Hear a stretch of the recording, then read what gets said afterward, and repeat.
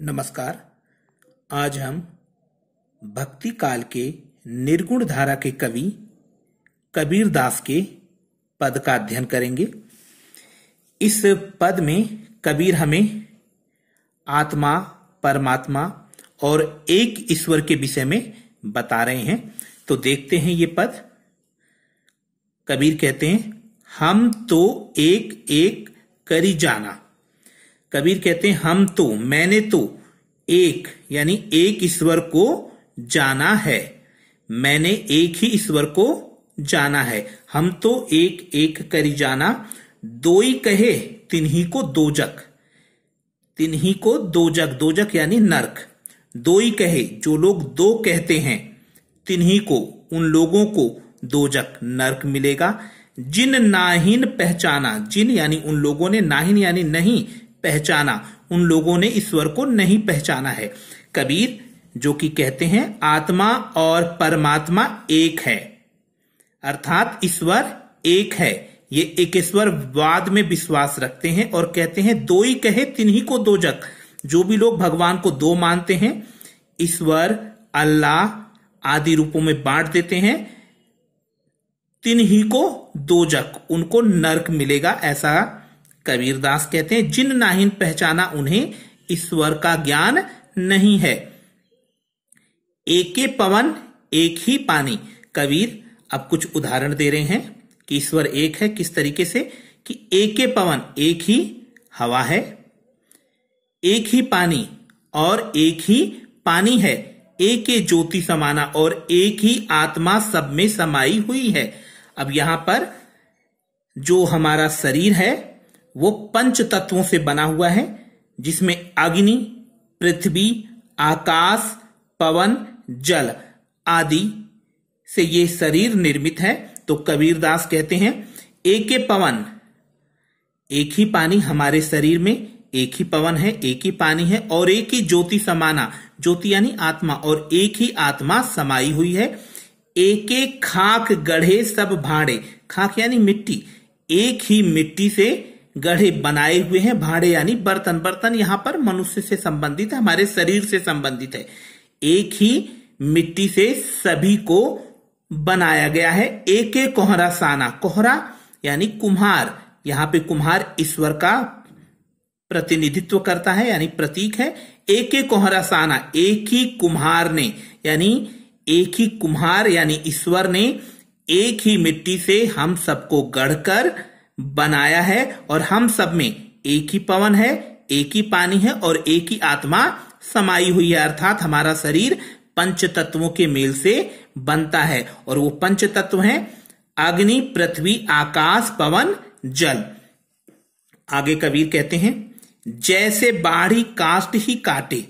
जैसे बढ़ई, बाढ़ी यानी बढ़ई, काष्ट यानी लकड़ी, ही काटे। बढ़ई लकड़ी को काट सकता है, अग्नि ना काटे कोई। लेकिन लकड़ी में मौजूद अग्नि को नहीं काट सकता। जैसे बाढ़ी काष्ट ही काटे, बढ़ई लकड़ी को तो काट सकता है, लेकिन उसमें मौजूद अग्नि को नहीं काट सकता। अर्थात हमारे शरीर को तो नष्ट किया जा सकता है, लेकिन हमारी आत्मा को नहीं नष्ट किया जा सकता।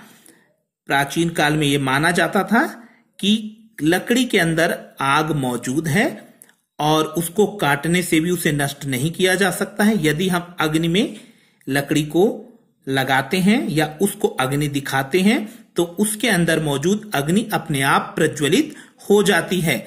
तो कबीर दास उसी उदाहरण को यहां पर रखते हैं कि बढ़ई, जो बढ़ई है, लकड़ी को तो काट सकता है लेकिन उसमें मौजूद अग्नि को नहीं। अर्थात शरीर को नष्ट किया जा सकता है, आत्मा को नष्ट नहीं किया जा सकता। अब आगे कबीर कहते हैं, सब घटी अतरही तू ही व्यापक।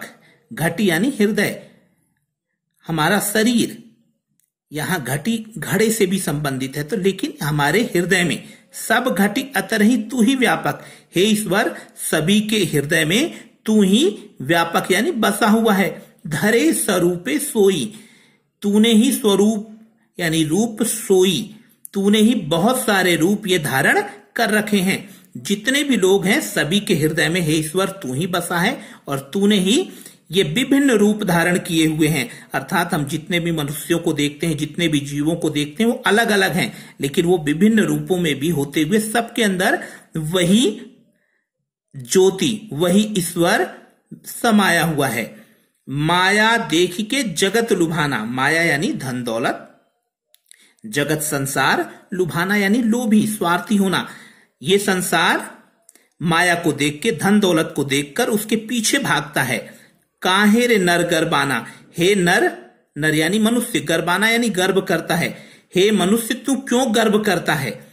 कबीरदास कहते हैं कि हे मनुष्य तू धन दौलत के पीछे भागता है और स्वार्थी है, और इसके बावजूद भी तू अपने ऊपर गर्व क्यों करता है? निर्भय भया कछु नहीं व्यापे, कबीरदास कहते हैं निडर रहिए, निर्भय यानी निडर, निर्भय रहिए, कछु नहीं व्यापे, कुछ नहीं होगा, कहे कबीर दीवाना। और कबीरदास ये बात कहते हैं, किस तरीके से कहते हैं? क्योंकि वो दीवाने हैं, किसके? ईश्वर के दीवाने हैं।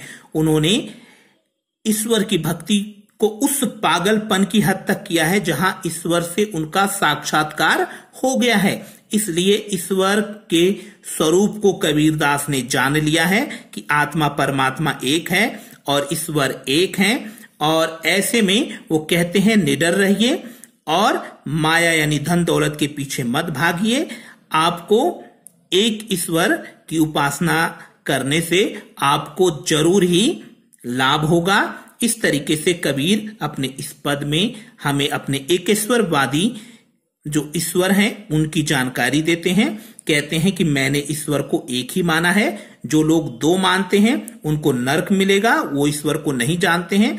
जैसे सब में पवन एक है, पानी एक है, सब में सभी के अंदर एक ही आत्मा है और सभी एक ही मिट्टी से बनाए गए हैं ईश्वर के द्वारा।